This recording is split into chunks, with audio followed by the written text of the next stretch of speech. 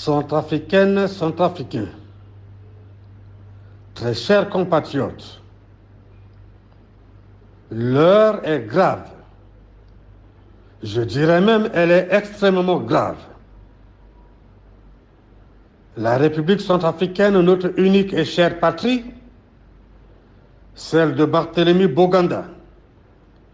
de Abel Goumba, de David Dako, de Jean-Bédel Bokassa,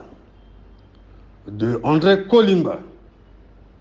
de Ange Félix Patassi, de François Bozizé Yangou Vunda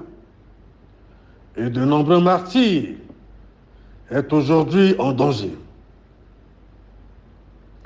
Danger d'éclatement du fait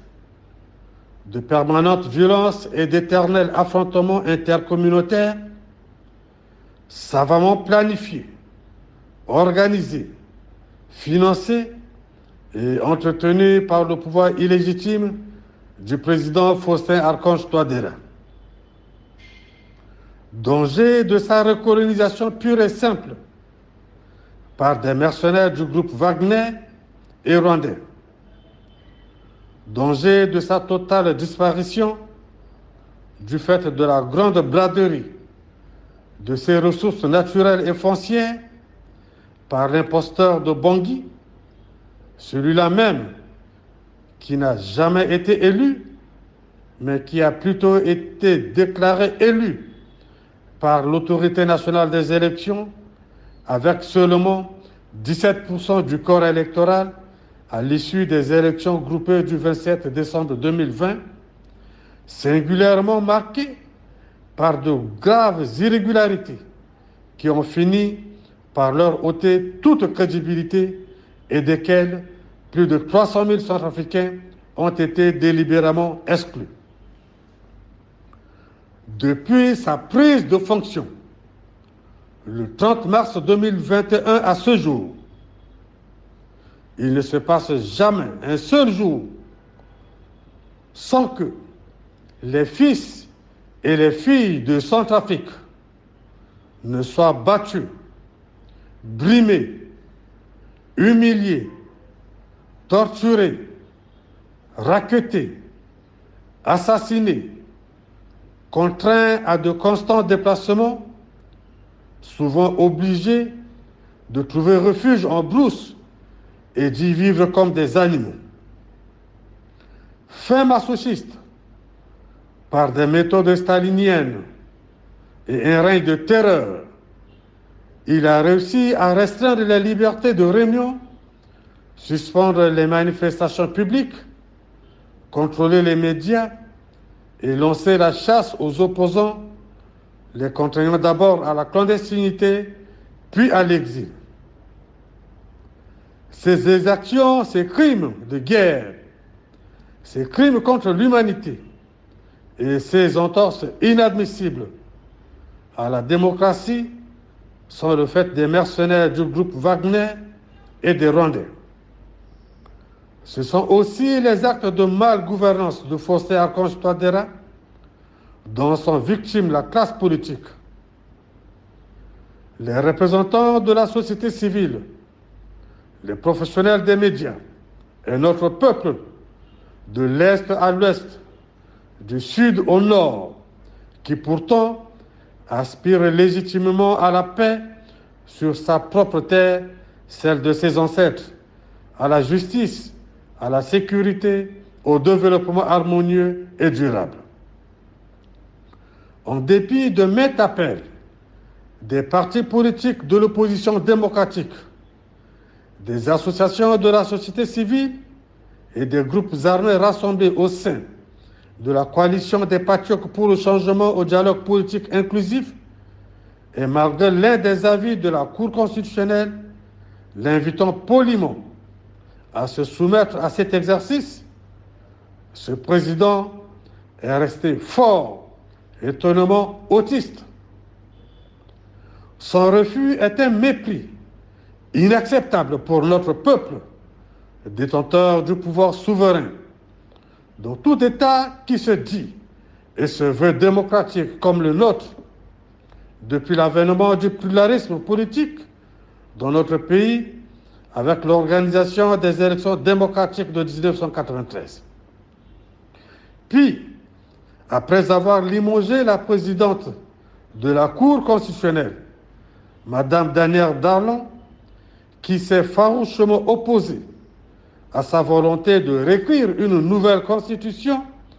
afin de s'octroyer une présidence à vie et à son projet de loi opaque et criminel sur la crypto-monnaie d'une part et faisant suite à la mise en place d'une cour constitutionnelle aux ordres d'autre part, le voilà qui déclare la guerre au peuple centrafricain en convoquant le corps électoral pour un référendum constitutionnel le 30 juillet 2023. Fort de l'assurance vie qui lui est garantie par la présence des affreux blancs du groupe Wagner et des mercenaires rwandais, de la particulière collaboration avec la représentante de la MINUSCA et rassurée à jamais par la traque policière aux opposants et le rétrécissement de l'espace civique et médiatique, M. Faustin Archange Touadéra veut briguer un troisième mandat en flagrante violation des dispositions de la Constitution du 30 mars 2016 et en contradiction avec sa prestation de serment. Face à ces dérives dictatoriales, aux affrontements armés récurrents dans toutes nos provinces, à la généralisation de l'insécurité sur toute l'étendue du territoire, avec leur lot de pertes en vies humaines, de blessés et de deuil, sans fin dans les familles de nos FACA,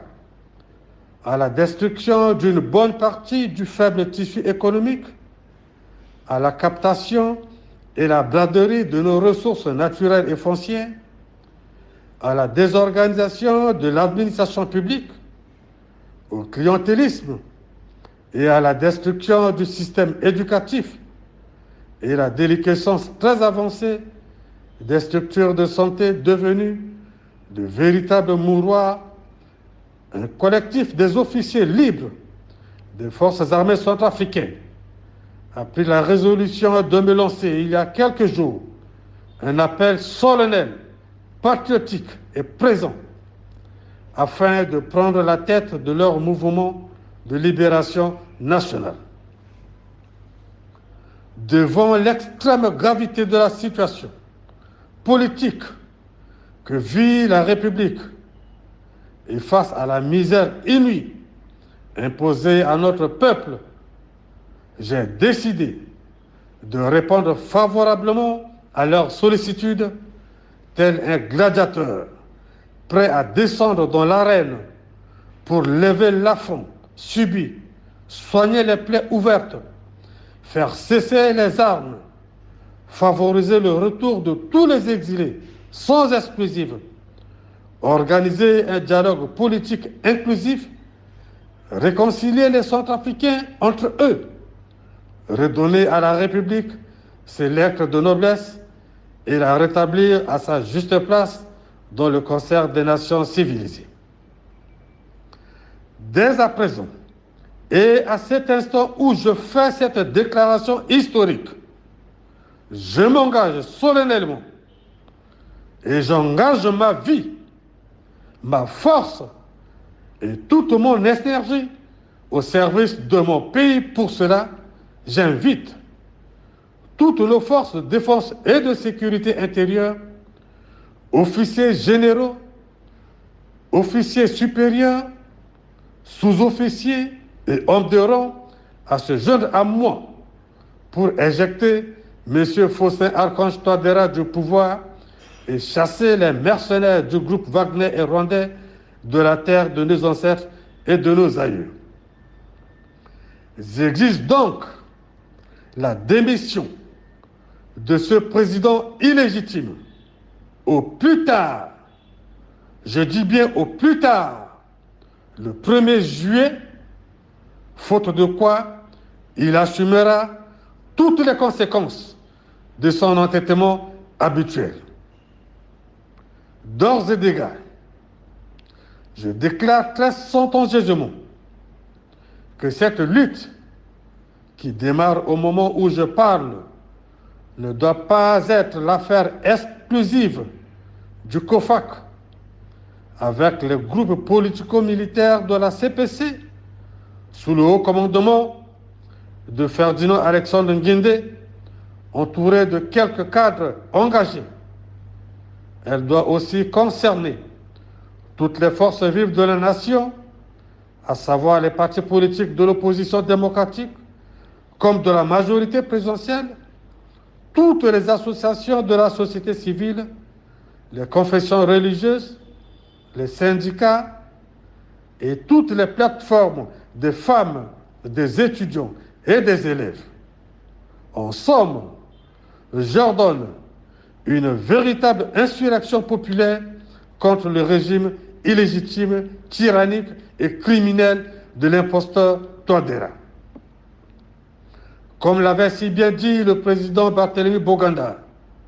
de nos ancêtres, la voix nous appelle. Dans nos préfectures, nos sous-préfectures, nos communes et nos villages, le moment est venu de nous lever pour briser la misère et la tyrannie et brandir l'étendard de la patrie ensanglantée, humiliée, fracturée, exploitée, asservie et envahie par les mercenaires du groupe Wagner et rwandais. À l'exemple du roi Guézo du Bénin, l'heure est venue pour que tous les fils et toutes les filles de la République centrafricaine se mettent ensemble de boucher les trous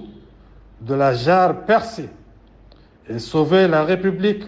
des eaux puantes de la honte et de la précipité dans la caravane du progrès dans l'unité, la paix, la dignité, l'ordre et le travail. Je voudrais enfin rassurer le peuple centrafricain de ma détermination à préserver la quiétude nationale, à ne tolérer aucune chasse aux sorcières et à accomplir ma mission libératrice pour le bénéfice du peuple centrafricain. L'ordre sera rétabli et régnera sur toute l'étendue du territoire national. L'inobservance des consignes militaires sera punie avec la dernière rigueur. Je m'y engage. À tous les pays frères de la sous-région, CEMAC, de la CEAC, de la CIRGL,